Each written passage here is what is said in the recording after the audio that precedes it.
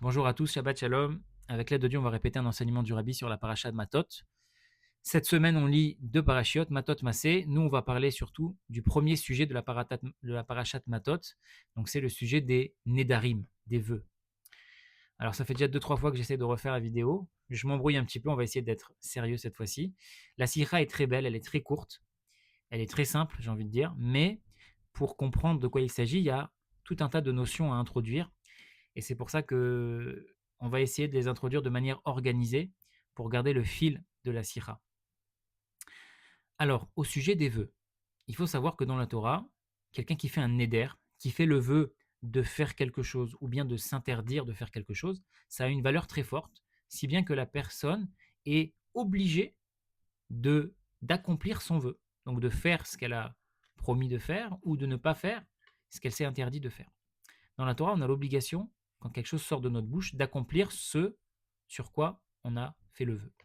Maintenant, un homme qui a fait un vœu et qui regrette, alors il a une possibilité, c'est d'aller voir un chacham, d'aller voir un sage, ou bien d'aller voir un tribunal qui est composé de 3 personnes, même si c'est des personnes ordinaires, et le sage ou le tribunal peut annuler le vœu qu'on a fait.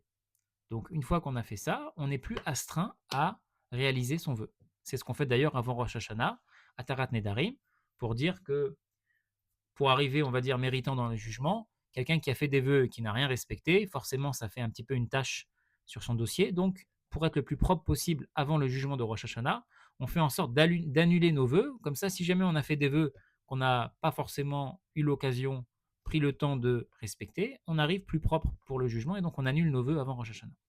Donc ça, c'est un chacham ou un tribunal qui va, ce qu'on appelle, déraciner le vœu depuis sa base. Ouais. À oker et aneder les mafria. Un chacham ou un tribunal, quand il annule le vœu, il déracine le vœu comme si le vœu n'avait jamais été là. Ça, c'est dans le cas d'un homme qui veut annuler un vœu. C'est valable aussi pour une femme qui est majeure, donc dans la Torah qui a plus de 12 ans et 6 mois, une femme qui est majeure et qui n'est pas mariée. À ce moment-là, elle aussi, si elle a fait un vœu, eh ben, la solution pour annuler le vœu, c'est la même chose, c'est d'aller voir soit un chacham, soit un tribunal pour annuler son vœu. Maintenant, pour une femme, pardon, pour une femme, il y a donc le cas où elle est majeure et là c'est comme un homme, mais il y a aussi d'autres cas qui se présentent en fonction de la période de sa vie dans laquelle elle se trouve. Et là, j'ouvre une toute petite parenthèse. Des fois, on peut avoir l'impression, comme on va le voir, qu'il y a des lois dans la Torah qui sont misogynes, comme on dit aujourd'hui. Ça veut dire on a l'impression que l'homme a une supériorité par rapport à la femme. Il faut savoir que c'est pas vrai, puisque, bon, déjà, pour ceux qui connaissent la Torah, on voit tout le respect qu'un homme il doit à une femme. Je pense qu'il n'y a pas une autre religion où la femme a autant préséance sur l'homme dans tellement de sujets que dans la Torah, que dans le judaïsme. Mais à part ça, il faut savoir aussi autre chose, c'est que la relation qu'il y a entre un homme et une femme, nous disent nos sages, c'est le symbole de la relation qu'il y a entre Dieu et le peuple juif. Dans la Torah, l'attribut masculin, c'est l'attribut qui est là pour donner quelque chose, donner un potentiel. L'attribut féminin, c'est l'attribut qui va plutôt recevoir, faire germer, développer ce potentiel. Et donc ici-bas, l'homme, il a plus tendance à donner, la femme a plus tendance à recevoir. Mais quand on prend la relation entre Dieu et le peuple juif, eh ben Dieu, c'est surtout celui qui donne, donc c'est l'homme, entre guillemets, dans la relation, et le peuple juif, c'est la femme. Donc il y a plein de choses qu'on apprend dans la Torah de lois entre un homme et sa femme. On se sert de ces lois pour apprendre un enseignement, mais nous-mêmes, on se trouve du côté de la femme. Et malheureusement, aujourd'hui, on est dans une société où tout le monde a envie d'être pareil. Les femmes ont envie d'avoir les mêmes droits que les hommes, ça c'est normal, bien évidemment, mais il faut pas avoir, une femme ne peut pas avoir la même identité qu'un homme. Et ça, le rabbi l'a dit. Il a dit quand une femme veut absolument ressembler à un homme, tout faire comme un homme, c'est le plus grand outrage à la féminité qu'il puisse y avoir. Puisque quand tu veux ressembler à l'autre, ça veut dire que tu n'as pas conscience de ta propre identité, tu n'as pas conscience de ta propre mission. Et donc le rabbi dit, quand une femme, entre guillemets, féministe comme aujourd'hui, elle veut à tout prix ressembler aux hommes dans tous les points, ça c'est le plus grand outrage à la féminité. Donc les vrais féministes, ça ne veut pas dire Dieu préserve qu'une femme doit être soumise, ça ne veut pas dire Dieu préserve que l'homme il domine sa femme, tout ce qu'on peut imaginer malheureusement avec violence, etc. Mais ça veut dire que l'homme et la femme, ils ont chacun un rôle et une identité bien précise, et chacun chacun doit rester dans son rôle parce que c'est la différence des deux et la complémentarité des deux qui fait qu'on aboutit au projet final. Et c'est valable pour l'homme et la femme, c'est valable pour euh, toutes les ethnies qu'ils peuvent avoir, etc. Et chacun dans la Torah doit garder son identité, et c'est la somme de toutes les identités différentes qui fait cette union et cette harmonie qui permet de créer une demeure ici-bas pour Dieu. C'est pour ça, et après je m'arrête là, pour la parenthèse, c'est pour ça que dans le judaïsme, par exemple, c'est pas une religion prosélyte. Ça veut dire qu'on euh, n'a pas d'envie d'aller forcément convertir les gens qui ne sont pas juifs au judaïsme. Dans toutes les autres grandes religions, notamment le christianisme et l'islam, en gros, c'est si tu es chrétien ou si tu es musulman, c'est bien pour toi. Sinon, il faut te convertir. Sinon, si tu rentres pas dans cette case-là que nous, on décide, alors ça veut dire qu'en gros, attention à toi parce que tu risques de te faire tuer ou tu risques de te faire massacrer ou torturer, etc. Donc, dans les autres religions, c'est un peu du style, si tu fais comme nous, on pense, et tu te convertis au christianisme et à l'islam, eh ben, tu es dans le bon chemin. Sinon, non. Dans le judaïsme, pas du tout. Dans le judaïsme, bien sûr, le peuple juif a une mission particulière, a des mitzvot particulières, mais quelqu'un qui n'est pas juif, dans la Torah, il y a aussi des mitzvot, les Shiva mitzvot ben Noach, les 7 lois Noachim, pour les gens qui ne sont pas juifs. Et les gens qui ne sont pas juifs dans la Torah, on part au Olam Haba, on part au monde futur, parce que eux aussi, ils ont quelque chose de différent à apporter à l'humanité. Donc ça a été un peu pour fermer la parenthèse, parce qu'on va voir certaines lois qui concernent l'homme et la femme. On pourrait penser que c'est misogyne, c'est l'homme qui a une supériorité par rapport à la femme, etc. Mais en fait, pas du tout, parce que chacun a son identité propre, premièrement. Et deuxièmement, on va voir que de toutes ces halakhot qui concernent l'homme et la femme, nous, on va prendre des enseignements pour nous, mais quand c'est un enseignement pour nous, c'est Dieu qui est l'homme et le peuple juif qui est la femme. Donc, voilà, c'était juste une petite parenthèse que je referme. Donc, on a dit un homme qui veut annuler ses vœux, un homme adulte qui veut annuler ses vœux, il va voir un sage ou un tribunal. Une femme adulte qui veut annuler ses vœux, qui n'est pas mariée, donc à la fois elle est adulte, elle est plus sous l'autorité de son père, et elle n'est pas non plus mariée. À ce moment-là, une femme adulte non mariée, c'est comme un homme, il faut qu'elle aille voir un chacham ou un tribunal pour faire annuler son vœu. Ok. Maintenant, on a dit pour la femme, il y a d'autres situations. Il y en a trois, à part celle qu'on vient de citer, il y en a trois. Il y a la femme, la jeune fille, on va dire mineure, la femme mariée et la femme fiancée. C'est quoi ces trois situations? Une jeune fille qui est mineure. Donc dans la Torah, en dessous de 12 ans, la fille est mineure. Une jeune fille mineure est considérée sous l'autorité de son père. C'est-à-dire que si elle fait un vœu de faire cette chose-là ou de ne pas faire cette chose-là, de faire une chose ou de ne pas faire une chose, à ce moment-là, normalement, elle est tenue d'accomplir son vœu. Le père peut annuler le vœu de sa fille. Parce que comme elle est mineure, elle est sous son autorité. Ensuite, à l'autre extrême, une femme qui est adulte et qui est mariée, si elle fait un vœu de s'interdire de faire quelque chose ou alors elle s'oblige à faire quelque chose, si c'est un vœu qui peut déranger d'une manière ou d'une autre la relation qu'elle a avec son mari, le mari peut annuler le vœu de sa femme. S'il est touché par ce vœu d'une manière ou d'une autre, je n'ai pas forcément d'exemple en tête, mais le Rambam en donne, s'il est touché par le vœu, il peut annuler le vœu de sa femme. Parce que la femme, le mari a possibilité d'annuler un vœu qui le touche, que sa femme ferait. Le mari a une certaine autorité sur les vœux de sa femme, il peut les annuler si il n'a pas envie que sa femme se mette dans une situation où lui, après, ça risque de l'embêter. Donc, il peut annuler le vœu de sa femme. Maintenant, il y a une situation intermédiaire. C'est une jeune fille qui est fiancée. À ce moment-là, pour annuler, si elle fait un vœu, alors il faut que ce soit son père et son fiancé en même temps qui annulent le vœu. Sinon, ça ne marche pas. Ça veut dire qu'une jeune fille qui est fiancée, on va expliquer ce que c'est tout de suite, si son père annule son vœu mais son fiancé veut maintenir le vœu, ou à l'inverse, si son père veut maintenir le vœu et son fiancé veut annuler, ça ne marche pas. Le vœu est maintenu, il faut que les deux, donc le père de la fiancée et le fiancé, le futur marié, il faut que ces deux personnages protagonistes soient d'accord pour annuler le vœu. Maintenant, c'est quoi une femme fiancée? Nous, quand on dit les fiançailles, le mariage, c'est pas la même définition que dans la Torah. Dans la Torah, il y a deux étapes normalement pour le mariage. Il y a ce qu'on appelle les Erousin, ou les Kiddushin, ce qu'on traduit par fiançailles, et il y a ce qu'on appelle les Nisuin, le mariage. Alors, nous, dans notre génération, on fait les deux étapes le même jour. Ça veut dire que quand l'homme et la femme sont sous la choupa, l'homme, il va donner la bague, la fameuse bague à sa femme, Areat Mekudeh Shetli, il va lui donner la bague, il va lui dire par cette bague-là, tu m'es sanctifié selon la loi de Moshe et d'Israël, avec cette bague-là. Donc, quand l'homme donne la bague à la femme, ça accomplit la première étape qu'on appelle les Erousin et Kiddushin. la femme devient fiancée, devient réservée à l'homme. Et lors de la deuxième étape, quand, le mari et la femme, le fiancé et la fiancée s'isolent dans une pièce, là, ça conclut le mariage. D'accord? Donc nous, aujourd'hui, quand un homme et une femme se marient, on fait l'étape des Héroussines et l'étape des Nissouines le même jour. L'homme, il donne la bague sous la choupa, première étape validée, et ensuite, quand il s'isole, deuxième étape validée. Bon. Maintenant, à l'époque de la Gemara, ça se faisait en deux étapes distinctes. Ça veut dire qu'entre les Héroussines, les fiançailles, et le mariage, il pouvait des fois y avoir même jusqu'à 1 an qui séparait les deux pour que la jeune fille et la famille aient le temps de se préparer. Alors, c'est quoi la différence entre ces deux étapes? C'est que quand une femme est fiancée, à la fois, elle est réservée à son futur mari, mais à la fois, le mariage n'est pas totalement euh, achevé, et donc elle n'a pas encore le droit d'avoir, par exemple, des rapports avec son mari. Le fiançailles, c'est un stade intermédiaire où à la fois la femme se retrouve réservée à son futur mari, ça veut dire qu'elle n'a pas le droit d'aller avec un autre homme quand elle est fiancée.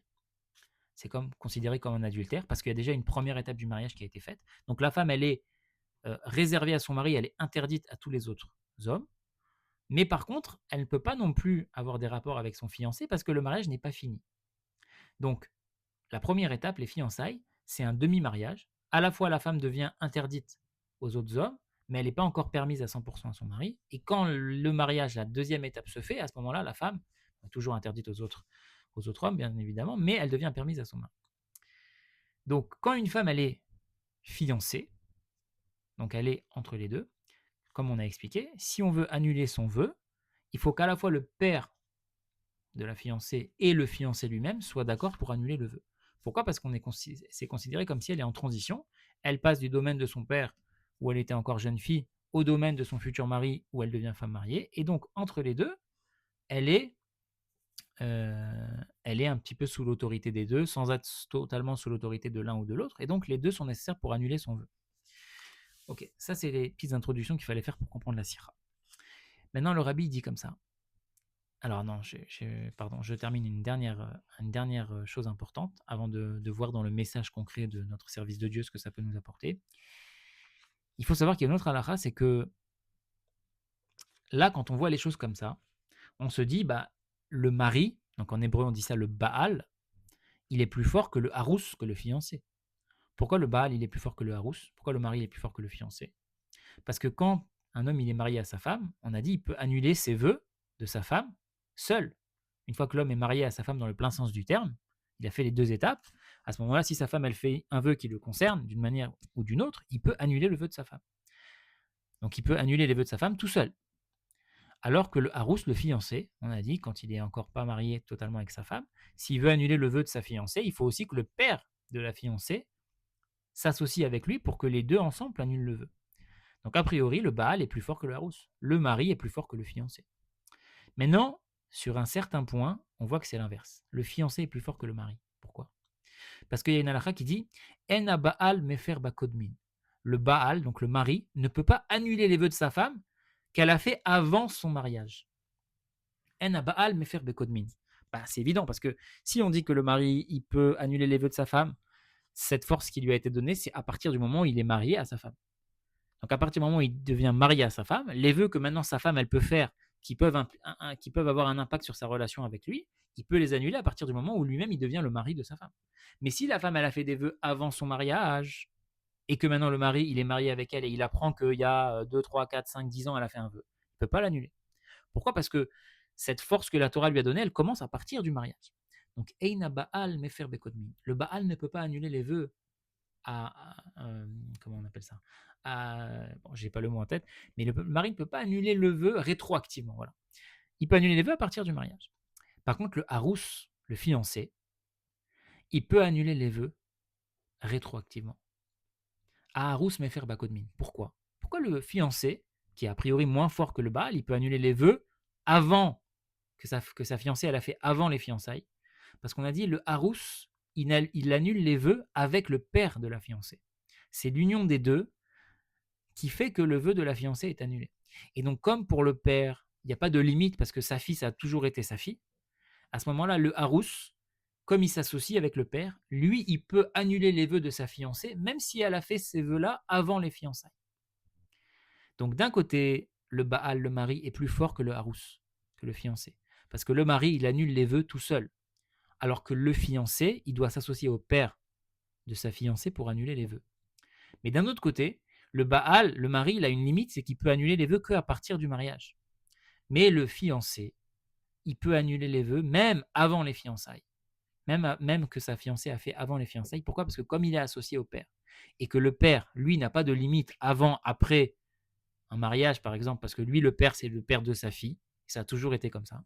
Et donc le fiancé, même s'il a un désavantage, parce qu'il est obligé de s'associer avec le père pour annuler un vœu, mais d'un autre côté, ça devient son avantage, parce que grâce à ça, il peut annuler les vœux de sa fiancée, même si elle les a fait avant les fiançailles. C'est quoi l'enseignement pour nous aujourd'hui?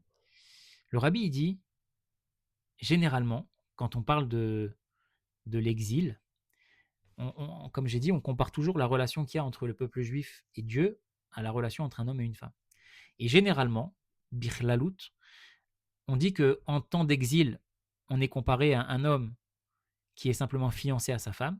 Sous-entendu, comme on est en temps d'exil, il n'y a pas encore le dévoilement de Dieu qu'on peut voir et qu'on peut ressentir de manière claire.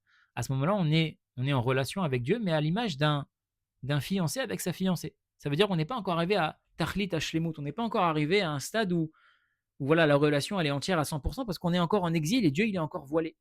Donc le peuple juif en exil est comparé à la fiancée avec son mari. Et quand il y aura la Géoula, quand il y aura la délivrance, alors à ce moment-là, on sera comparé à une femme avec son mari. Ça veut dire que là, la relation elle sera entière, on pourra voir et ressentir Dieu de manière dévoilée. Donc ça, c'est comparé à un mariage. Donc ça, c'est de manière générale. L'exil, la galoute, c'est comme un fiançailles, une relation de fiançailles. Et la Géoula, la délivrance, c'est comme une relation de mariage. Maintenant, le rabbi dit bipratiut, ça veut dire de manière, si on zoome un petit peu, même dans la galoute, on a aussi ces deux niveaux de fiancé et de mari. D'accord? C'est quoi fiancé et mari? On a dit c'est quoi les fiançailles? On a dit les fiançailles, c'est une femme qui, à la fois, elle est entre deux. Elle n'est pas encore mariée au plein sens du terme avec son fiancé, donc elle ne peut pas avoir de rapport avec lui. Mais d'un autre côté, il y a déjà une étape qui a été franchie, donc elle ne peut pas aller avec un autre homme non plus. C'est un demi-mariage. Le rabbi dit c'est quoi le niveau de fiançailles? Quelqu'un qui est fiancé dans le service de Dieu. C'est quelqu'un qui est à la fois, il s'est extrait du mal, mais il n'est pas encore attaché à 100% au bien. À l'image de cette femme, elle est interdite aux autres hommes, à part son fiancé. Enfin, elle est interdite aux autres hommes, parce qu'elle est déjà un pied dans le mariage, mais elle est aussi interdite à son fiancé, parce qu'elle n'est pas encore mariée à 100%. Donc le rabbi dit, le niveau d'une femme fiancée, d'un fiançailles, c'est quoi dans notre service de Dieu? C'est un juif qui s'est extrait à la fois de la matière, il s'est extrait du mal, il a quitté le mal, mais il n'est pas encore attaché au 100% au bien. Il est entre les deux. Alors qu'un mari, c'est quoi? C'est un juif qui n'est pas seulement détaché du mal, mais il s'est attaché au bien. C'est pas seul, une femme mariée, elle ne s'est pas seulement détachée des autres hommes, elle s'est aussi mariée avec son mari. Donc le rabbi, il dit, il y a deux niveaux dans le service de Dieu. Le niveau 1, c'est le juif qui a réussi à sortir du mal, à se détacher du mal, mais qui n'est pas encore attaché avec Hachem à 100%. Et le niveau 2, c'est le juif qui, à la fois, il s'est extrait du mal, il est sorti du mal, et il s'est en plus attaché avec Hachem. Donc, a priori, on a dit, le niveau du mari, il est plus fort que le niveau du fiançailles. Ouais, le mari, il est fort. Le mari, à la fois, il s'est détaché de la matière, et en plus, il s'est attaché à Hachem. Quoi de mieux? Mais, le rabbi dit, on voit dans tout ce sujet des vœux que c'est vrai que le mari, il est plus fort, parce que le mari, il peut annuler les vœux de sa femme tout seul. Alors que le fiancé, il est obligé d'avoir l'accord du père. Donc le mari, le juif qui sert Dieu, qui est attaché avec Dieu et qui s'est séparé du mal, qui est arrivé au niveau 2, il est plus fort. Mais d'un autre côté, le fiancé, il a une supériorité par rapport au mari. C'est quoi? C'est que comme le fiancé, il s'attache au père, il s'associe avec le père, alors il peut annuler les vœux de sa femme avant les fiançailles. Et c'est quoi? Le rabbi dit, on a dit, celui qui est du niveau de mari, alors certes, il est arrivé à un niveau très élevé dans sa vodat Hashem, mais des fois, ce niveau-là, c'est son niveau qu'il a atteint peut lui faire, si on peut dire, ressentir une certaine metsiout, une certaine fierté négative, et de dire voilà, maintenant je suis un Baal, maintenant j'ai atteint le niveau de mari, je me suis à la fois détaché du mal, et je me suis attaché avec le bon Dieu, j'ai atteint des niveaux extraordinaires, et donc maintenant moi je suis un mari, et je peux annuler les vœux de ma femme tout seul. Ouais. Et le rabbi dit, quelqu'un qui dit ça, on voit que c'est pas Bar Korba, c'est Bar Koziva. C'est quoi Bar Korba, Bar Koziva? On sait très bien que, je ne vais pas dire de bêtises historiques, mais je crois que c'est à l'époque du deuxième temple. Enfin, c'est sûr, mais je ne sais plus si c'est avant ou après la destruction du deuxième temple. Il y a eu une révolte qui s'est faite.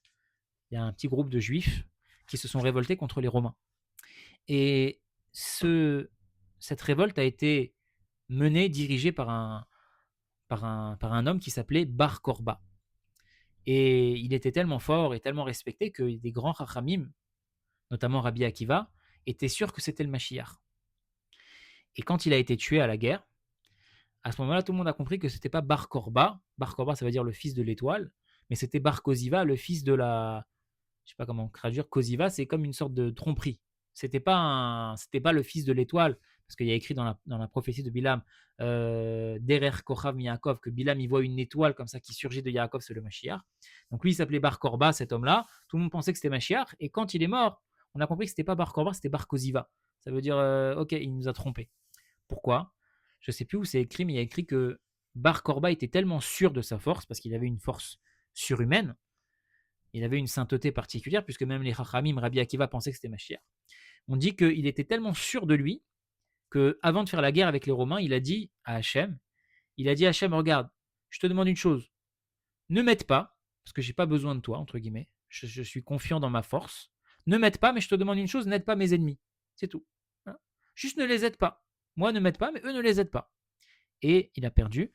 Et donc, le rabbi dit, quelqu'un qui est du niveau de Baal, quelqu'un qui est du niveau de Marie, qui se sent que maintenant il a atteint de niveau en niveau tous les degrés, alors il se dit, maintenant je suis un mari, je suis très fort, je peux entre guillemets, une image, mais je peux annuler les vœux de ma femme tout seul, donc je suis très fort.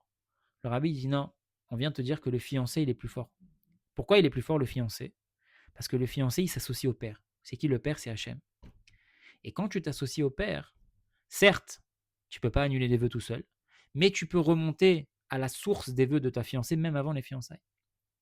Ça veut dire que le fiancé, c'est un juif qui n'a pas encore atteint tous les niveaux. Il est juste au premier niveau, c'est juste extrait du mal. Mais il a donc encore en lui cette conscience du bitoul. Il a conscience du fait qu'il est rien, puisqu'il n'a pas encore gravi les échelons dans le service de Dieu. Il a fait juste la première étape. Eh bien, il peut être à un niveau moins fort que l'autre, mais étant donné qu'il a cette conscience que sans Hachem, il est rien, il va s'associer donc avec le père. Et le fiancé qui s'associe avec le père, ça fait que les vœux peuvent être annulés rétroactivement. Et le rabbi dit, c'est quoi annuler les vœux rétroactivement? On sait très bien que quand Hachem il a créé le monde, c'est des notions kabbalistiques, mystiques, mais il y a écrit qu'avant de créer notre monde à nous, dans lequel tout est organisé, il y avait un autre monde qui s'appelle le monde de Tohu, le monde du Tohu Bohu. Là-bas, il y avait une anarchie parce qu'il y avait des lumières qui étaient très fortes et des réceptacles qui ne pouvaient pas contenir la lumière, donc il y a eu une brisure des réceptacles. Et ces débris de réceptacles, c'est des images, tout ça bien évidemment, ces débris de réceptacles sont tombés très très bas. Et dans notre monde à nous, le but qu'on a, comme on explique souvent en Chassidoute, c'est quand on utilise les objets matériels pour faire la volonté de Dieu, à ce moment-là, on raffine ces étincelles-là, ces débris d'ustensiles qui étaient tombés dans la matière. Donc le monde de Tohu, c'est un monde qui est très fort, très élevé, où il y avait là-bas Oroth, Merubim, Bekelim, Moatim, des lumières très grandes avec des ustensiles très petits. Les ustensiles ont explosé, et ces petits débris de ces ustensiles sont tombés dans notre monde. Et nous, maintenant, dans notre monde de Tikkun, quand on fait ce qu'il faut, on ramène les débris, les étincelles à leur source. Bien évidemment, c'est une image, ce n'est pas une lumière qui est rentrée dans un ustensile qui a cassé. Mais c'est une image pour comprendre un peu le processus qui s'est passé. Donc le rabbi dit, c'est quoi que le fiancé, il peut annuler les vœux rétroactivement avec le père de la fiancée? Rétroactivement, ça veut dire que le fiancé, son annulation et son lien qu'il va avoir avec le père, avec Hachem, va faire en sorte qu'il va pouvoir remonter rétroactivement plus que le monde de Tikkun, il va remonter au monde du Tohu. Et il va pouvoir raffiner les étincelles très hautes de Tohu par cette annulation. Donc je conclue, je résume. Il explique comme ça le rabbi. On a vu qu'il y a le mari qui peut annuler les vœux de sa femme, le fiancé qui peut annuler les vœux de sa fiancée. La force du mari, c'est que le mari, il annule les vœux de sa femme tout seul. Le fiancé, il est obligé de s'associer au père. Mais d'un autre côté, le fait que le fiancé s'associe au père lui permet d'annuler les vœux rétroactivement. dans le service de Dieu, c'est la différence entre deux juifs. Il y a un juif qui a atteint le niveau du mari, il a atteint tous les plus hauts niveaux. Mais donc, il va concevoir une certaine force, un certain orgueil. Il va dire, c'est bon, maintenant que j'ai atteint ce niveau-là, je peux faire ce qu'il faut seul. J'ai besoin de personne. Hachem, n'aide pas mon ennemi, ne m'aide pas, mais n'aide pas mon ennemi. Bar Korba, Bar Koziva. Le rabbi dit non. Il dit le Harous, le fiancé, il est plus fort. Pourquoi? Parce que c'est vrai qu'il a fait que la première étape. Il s'est séparé de la matière. Il ne s'est pas encore attaché à 100% à Hachem. Mais le fait qu'il a fait que la première étape, il a conscience de son manque.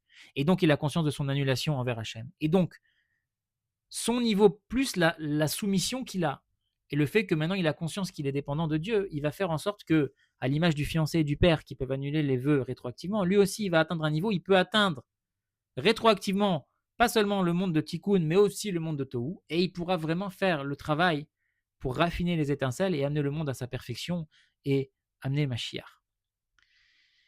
Et ça, c'est la Nekuda. Comme le rabbi dit, je lis le dernier paragraphe. Nekuda Ta'inyani. C'est quoi donc le point, la conclusion à retenir de tout ça? Quel que soit le niveau élevé qu'un homme il peut atteindre. Même quelqu'un qui a atteint le niveau du mariage, il a atteint le niveau du Baal, il a atteint le niveau du mari. Il s'est à la fois sorti du monde et en même temps il s'est attaché à Hachem. Il a fait les deux étapes, il est très fort, il est très grand. Alav Ladat, cet homme-là doit savoir. Il ne peut pas compter sur ses propres forces. Ah, c'est vrai que tu es un mari, mais ça ne suffit pas. Parce que le mari ne peut pas annuler les vœux bakodmin rétroactivement. Vetamid alavlit kacher elana ale menu. Et sans cesse, ce mari-là, ce juif qui a atteint ce niveau très élevé, il doit chercher à s'attacher avec ce qui est plus haut que lui. Mitor yedia shenim tsaim inyanim naalim yoter. Il doit savoir, même si lui, il a atteint les plus hauts niveaux, qu'il y a encore des niveaux au-dessus. Gavoa al gavoa, de plus haut en plus haut. Chez Aleem lo adain. Et ces niveaux-là qui sont plus hauts, il ne les a pas encore atteints. Il y a toujours plus haut. Et par rapport à ces niveaux élevés, lui, il se trouve au début de la avoda. Et par ça qu'il va s'attacher avec les niveaux qui le dépassent. Il va savoir, il va prendre conscience qu'encore il n'est pas encore parfait. Parce qu'il y a encore des niveaux qui le surpassent. Et encore des niveaux. Et donc il va comprendre qu'il n'est pas au sommet. Donc il n'est pas forcément au niveau du mari, il est au niveau du fiancé, mais c'est pas grave. Parce que comme il est au niveau du fiancé, il a conscience qu'il n'est pas tout en haut, il est au début. Alors le fiancé, il s'associe avec le père. Donc ce juif-là, il va se soumettre à Dieu. Mais sarut kol agbalot, Dieu, il va enlever toutes les limites, ou mefer bakodmin, et il va pouvoir annuler les vœux rétroactivement. Ça veut dire qu'il va pouvoir atteindre un niveau beaucoup plus fort. Donc le fiancé qui est annulé à Dieu va pouvoir atteindre un niveau beaucoup plus fort. Ça me fait penser à une sikha que j'aurais voulu faire cette année, mais voilà, mais on va juste lier les deux sirotes parce que c'est vraiment le même message dans Parashat Massé. On a dit il y a deux parachiotes cette année, il y a Matot et Massé. Donc le premier sujet de la paracha Matot, c'est ce qu'on vient de voir, l'annulation des vœux, un père il peut annuler les vœux de sa fille, etc. Le premier sujet de la parachat Massé, donc la prochaine paracha qu'on lit aussi cette semaine, c'est les étapes que les Bnei Israël ils ont fait depuis qu'ils étaient en Égypte jusqu'à ce qu'ils arrivent en terre d'Israël. Il y a eu 42 étapes et la Torah nous raconte, voilà, les Bnei Israël, ils sont partis de Ramsès, ils sont arrivés à Sukkot, ensuite ils sont partis là, jusqu'à ce qu'ils arrivent à la fin devant la terre d'Israël et qu'ils rentrent en Israël. Il y a eu 42 étapes que la Torah nous énumère. Et donc la paracha commence, Elemas et Bnei Israël, voici les étapes des Bnei Israël, Asher Yatseu Mimitzraïm, qui sont sortis d'Égypte. Voici les étapes par lesquelles les Bnei Israël sont sortis d'Égypte. Et le rabbi pose la question, pourquoi il y a écrit au pluriel, voici les étapes par lesquelles les Bnei Israël sont sortis d'Égypte? Il y a eu une étape, la première étape, les Juifs étaient à Ramsès, ils sont passés à Sukkot, ils ont passé la frontière égyptienne. Avec la première étape déjà, les Juifs, ils étaient en Égypte, ils sont sortis d'Égypte. Pourquoi la Torah nous dit, voici les étapes avec lesquelles les Juifs sont sortis d'Égypte? Il n'y a pas eu plusieurs étapes, il y a eu une étape. La première étape, ils sont sortis d'Égypte et ensuite ils ont continué vers Eretz Israël. Le rabbi nous dit comme ça. Il nous dit, l'Égypte, bien évidemment, c'est un endroit géographique, mais l'Égypte, le mot Mitzraïm, en hébreu, ça vient du mot Metzar. C'est l'étroitesse, la limite. Alors c'est vrai que les Juifs, ils sont sortis d'Égypte en une seule étape. Mais la Torah, elle ne nous raconte pas seulement une histoire. La Torah, elle nous apprend un enseignement. Et quand la Torah nous dit, voici les étapes au pluriel avec lesquels les Juifs sont sortis d'Égypte, ça veut dire que certes, ils sont sortis de l'Égypte géographique en une seule étape, mais en réalité, c'est un message pour nous, dans notre vie à nous. Et c'est quoi le message? C'est que même si tu as fait la première étape et que déjà tu n'es plus en Égypte, sache que, ce qu'on peut dire, parce que l'Égypte, c'est donc le symbole de l'étroitesse, et la Géoula, c'est le symbole de la largesse. Ouais. Donc sache que même si déjà dans la première étape, tu passes de l'Égypte et tu sors de l'Égypte, tu passes de Metzar, tu passes à la Géoula, sache que demain, c'est ça que je voulais dire, ta Géoula d'aujourd'hui est ton étroitesse de demain. Ça veut dire que certes, les Juifs sont sortis d'Égypte avec la première étape. On était en Égypte à Ramsès, on passe à Sukkot. Ok. Alors pourquoi tu me dis les étapes?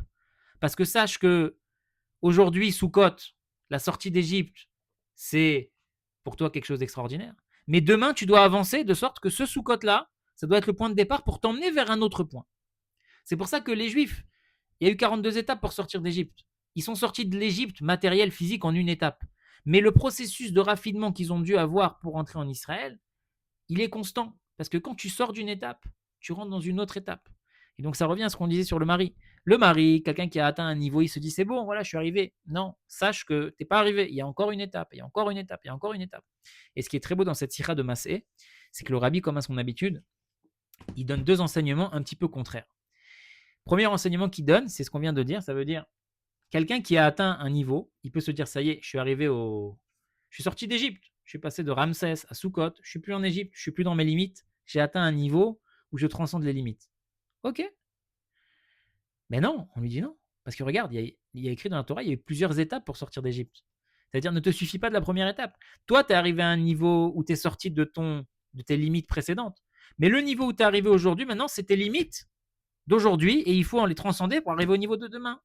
Et le niveau auquel tu vas arriver demain, ça sera tes limites qu'il faudra transcender le lendemain, etc., etc. Donc, ton aboutissement aujourd'hui devient ton starter de demain. Et donc, le rabbi dit quelqu'un, il ne doit jamais se satisfaire de son niveau, comme on a conclu la sira sur Matot. Un mari, quelqu'un qui a atteint un niveau, il ne doit jamais se dire c'est bon, je suis tranquille. Non, il doit savoir qu'il y a toujours au-dessus de lui. Il y a toujours plus haut. Tu as arrivé à un niveau, ce niveau, ça devient ton starter pour continuer le lendemain, etc., etc. Ça, c'est le premier enseignement que le rabbi ramène dans la sira de Massé. Et le deuxième enseignement qui peut paraître contradictoire, mais qui est tout aussi magnifique, le rabbi dit à l'inverse, pas quelqu'un qui pense qu'il est très haut, mais quelqu'un qui pense qu'il est très bas. Quelqu'un qui pense que lui, c'est fini. Il n'y a plus d'espoir. Il a tellement touché le fond que c'est terminé. Alors là, le rabbi lui dit, regarde, pour sortir d'Égypte, il a fallu une seule étape. Il a fallu une seule étape, de Ramsès à Sukkot. Ça suffit. Ça veut dire, quelqu'un qui est à l'inverse découragé, il pense qu'il n'y arrivera pas, le rabbi lui dit, non mais regarde, en une étape, ils sont sortis d'Égypte. Certes, le voyage, il a duré 42, mais déjà, la première étape, elle a été efficace, ils sont sortis d'Égypte. Ça veut dire, fais ce que tu peux, ça compte. Donc à la fois le rabbi, celui qui est sûr de lui et qui pense qu'il est sorti d'Égypte, on te dit mais non, tu as fait la première étape, tu es sorti d'Égypte, mais ne crois pas que c'est la finalité. Ensuite, il faut encore avancer, encore avancer, encore avancer. Et quelqu'un qui n'arrive pas, qui est bloqué dans son Égypte, le rabbi lui dit mais regarde, il faut une étape. En une étape, tu sors. Ça veut dire quoi? Grosso modo, ça veut dire que dans le chemin de la vie, ces 42 étapes, qui correspondent au nom de Dieu de 42 lettres, du Hana Bekoar, ces 42 étapes de la vie d'un homme, eh ben, l'important, c'est pas à quelle étape tu arrives. Je suis arrivé à l'étape numéro 2, je suis arrivé à l'étape numéro 10, je suis arrivé à l'étape numéro 20. Non, ce qui est important, c'est comment tu avances. Quelqu'un qui est à l'étape numéro 1 et qui passe à l'étape numéro 2, c'est aussi fort que quelqu'un qui est à l'étape numéro 25 et qui passe à l'étape numéro 26. Donc, dans l'absolu, ce qu'on demande d'un juif, c'est d'avancer. Si tu es très haut, sache que tu peux encore aller plus haut. Et si tu es très bas, sache qu'il ne suffit pas de grand-chose. Donc ça, c'est le message. C'est un peu, je trouve, un peu le même message dans les deux sirotes. Ça veut dire que quelqu'un qui pense qu'il est arrivé haut, sache qu'il y a encore plus haut. Et quelqu'un qui pense qu'il est bas, cette bassesse va t'apporter une conscience, une soumission qui va te permettre de sortir de ta bassesse. Et c'est pas si compliqué. Et il faut juste avancer. Donc mes amis, les Chaim, qu'on puisse avancer vers la Géoula, qu'on puisse faire du nachat, qu'on puisse faire du plaisir à Hachem, chacun avec le petit effort qu'on fait, comme le rabbi précédent, il dit, le rabbi Rayatz, il dit que quand on dit Messirut Nefesh, il faut faire don de soi pour Dieu, on a tout de suite l'impression que voilà, il faut aller se tuer, il faut aller se sacrifier, il faut aller se saigner. Non, des fois Messirut Nefesh, c'est dans le quotidien. Voilà, ce soir, je voulais me reposer sur mon canapé, je vais m'asseoir, je vais ouvrir un livre, en français, en hébreu, n'importe. Je vais essayer, je vais faire un effort dans ma fila, je vais faire, sur ce passage-là, je vais essayer de, voilà. Je vais faire un effort avec mes enfants, je vais essayer de ne pas m'énerver, une fois. Des petites choses, masse et un petit voyage, une petite étape, et petit à petit, on va arriver de niveau en niveau, et on espère très prochainement, en plus on est dans les 3 semaines, donc ça veut dire entre le 17 Tammuz et le 9 Av, on pense au Beth Amikdash, on attend encore plus, si on peut dire, la Géoula, on espère que tous ces petits efforts qu'on va faire, malgré qu'on soit dans le temps de l'exil, dans le temps de l'étroitesse, dans le temps du fiancé, on espère que bientôt on arrivera au temps du mariage, avec la venue du Mashiach et la reconstruction du troisième temple. Ezrat Hashem, des bonnes nouvelles à Gout Shabbos.